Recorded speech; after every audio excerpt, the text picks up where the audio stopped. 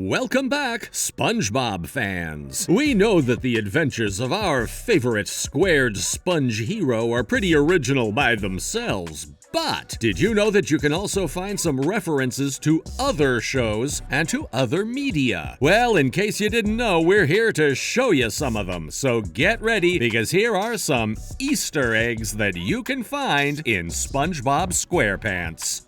Number 1, Rule of Dumb. Patrick discovered his royal blood in this episode and ended up being a really bad monarch. Let's take a look at some of the best moments of the episode. A starfish from the royal ministry comes to visit Patrick for a special delivery, but Patrick initially mistakes him for a mad librarian and hides. This starfish announces that he has a gift for Patrick, but being the strange guy he is, he does not trust him and hides. Later on in the episode, we will discover that this present was a present for Patrick, and this is a demonstration that Patrick has an uncovered tree showing Patrick to be descended from a king, thus making him the official king. Here, with all this royal implication, we find one of the first Easter eggs that are in this episode. One of the characters that we can see is named Yorick. Why is this important? Being a royal-flavored episode, Yorick is a character that appeared in one of the most important plays in history, Hamlet. What a cool reference! But this is not the only historical or philosophical reference that we can find in this episode. Let's take a look at another one. At the end of the episode, when Patrick gives his crown back, the man from the royal ministry says the famous phrase, "With great power comes great possibility." This is a phrase from French philosopher Voltaire. This phrase is used in many cartoon media and was famous due to its use in films, much like Spider-Man. Well, this is a reflection of Patrick not being a great king at all, but hey, being a king is not easy after all. Number 2, Porous Pockets. From Patrick becoming a king to SpongeBob becoming super wealthy, it seems like everybody is changing their social position in SpongeBob. In this episode, both SpongeBob and Patrick find a clam choking on a pearl. Being the great neighbors they are, they help this mysterious clam, and they mistake the pearl for a volleyball. After they go to a volleyball court, some workers offer a small fortune to SpongeBob for it. This small fortune ended up being some billions of dollars that were delivered to SpongeBob. After this, SpongeBob and Patrick use a portion of the money to buy lifetime supplies of strawberry gum at the Bikini Bottom Mall. Because who doesn't like an endless supply of treats for their whole life? Later, at an ice cream stand, SpongeBob overhears another fish complaining that he is short on change. So he offers the fish money, and they become his friends. SpongeBob is so overtaken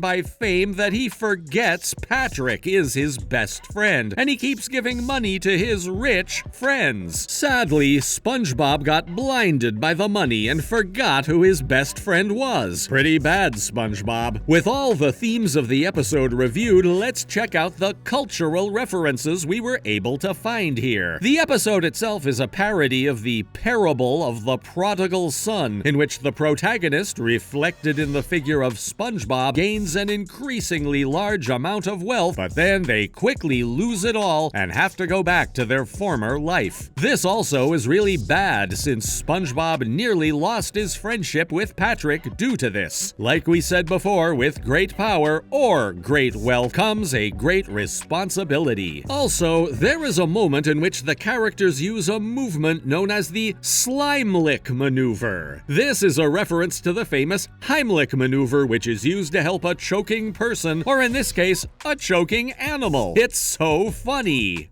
Number 3, the KRABBY Chronicle.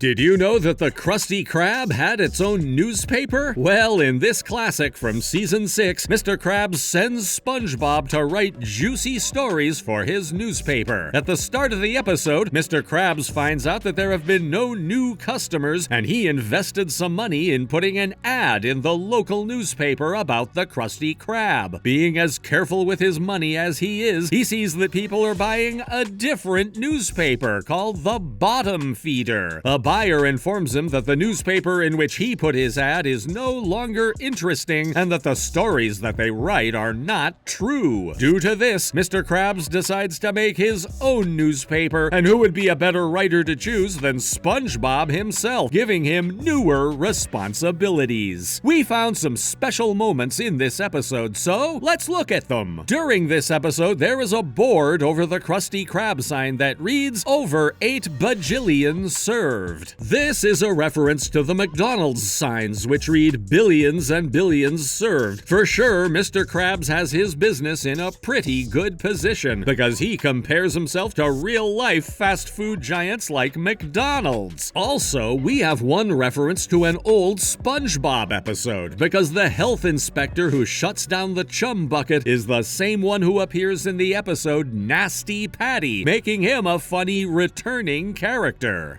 Number 4, All That Glitters.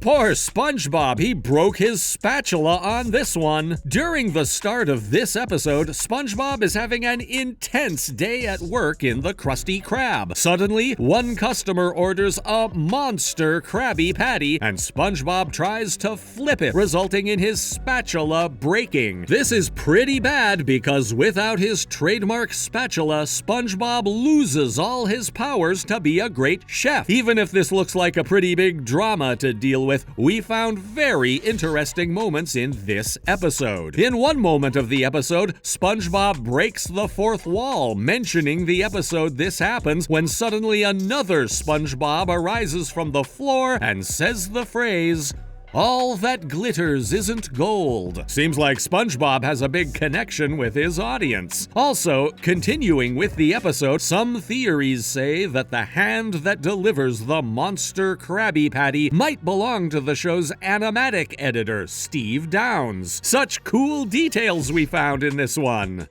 Number 5, A Flea in Her Dome.